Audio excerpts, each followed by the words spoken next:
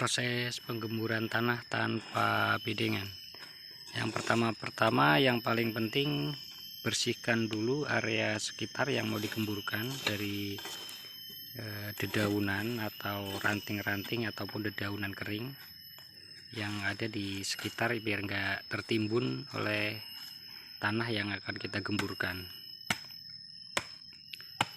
Lalu diaduk sampai dicacah kecil dengan kedalaman kurang lebih 10 cm.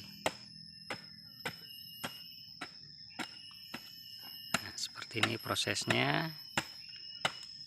Ini untuk penanaman stek vanili tanpa pembuatan bedengan atau penggemburan tanah, hanya di sekitar area tanam, kurang lebih ke kanan 50 cm, ke kiri 50 cm dengan kedalaman 10 cm. Lalu tahapan berikutnya adalah untuk pengadukan atau pemberian pupuk dasar yang akan diaduk ke bagian area yang sudah dicangkul atau digemburkan. Nah, itu yang penting untuk akar-akar, jenis akar-akar yang berbahaya itu harus dibersihkan dari area yang digemburkan. Nah, ini contoh akar-akar yang berbahaya. Ketika nanti tercampur dengan pupuk dengan kelembapan yang tinggi, pembusukan akar-akar yang putus itu biasanya menjadi pemicu tumbuhnya jamur.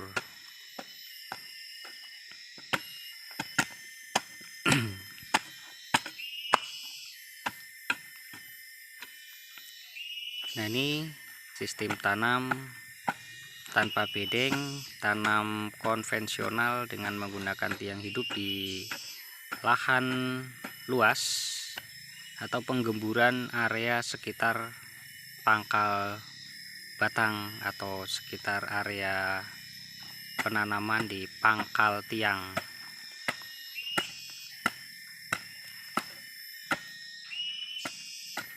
Nah, ini penting jika tanahnya memang sudah keras seperti ini sangat penting dilakukan.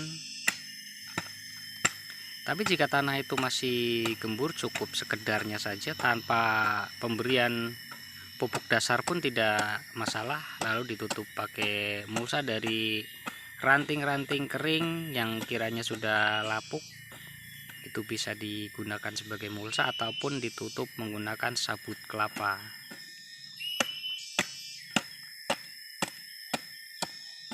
Cukup seperti ini, di tiang-tiang lain juga seperti ini saja cukup.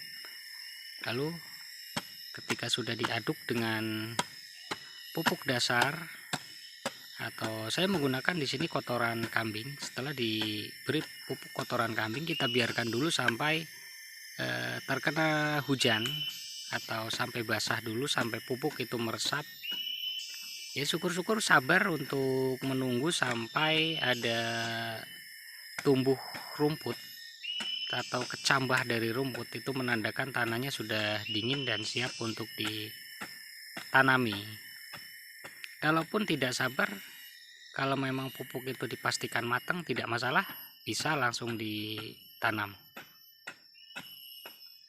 Nah, ada seperti itu ya, cukup tinggal nanti pemberian pupuk.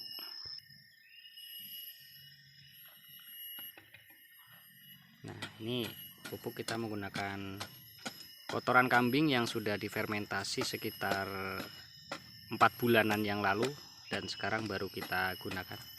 Cukup diaduk-aduk seperti ini. Nah, lalu dibiarkan sampai terkena hujan. Syukur-syukur terkena hujan berkali-kali dan sampai tumbuh kecambah atau tumbuh-tumbuh rumput kecil. Itu menandakan tanahnya sudah dingin, gembur, dan siap untuk ditanami.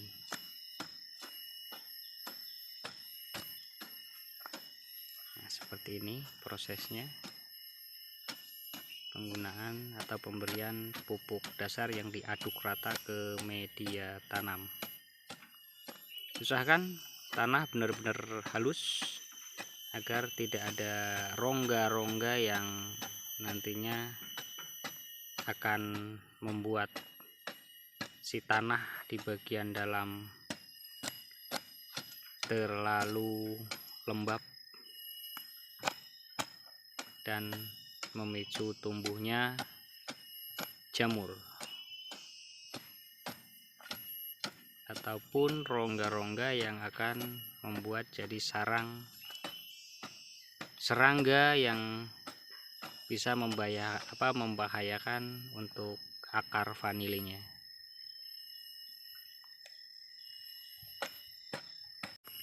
Ini persediaan mulsa-mulsa dari kayu-kayu lapuk yang akan kita jadikan mulsanya nanti untuk tanaman vanilinya. Kita sebagian menggunakan kayu-kayu lapuk seperti ini yang kita persiapkan dari sekarang,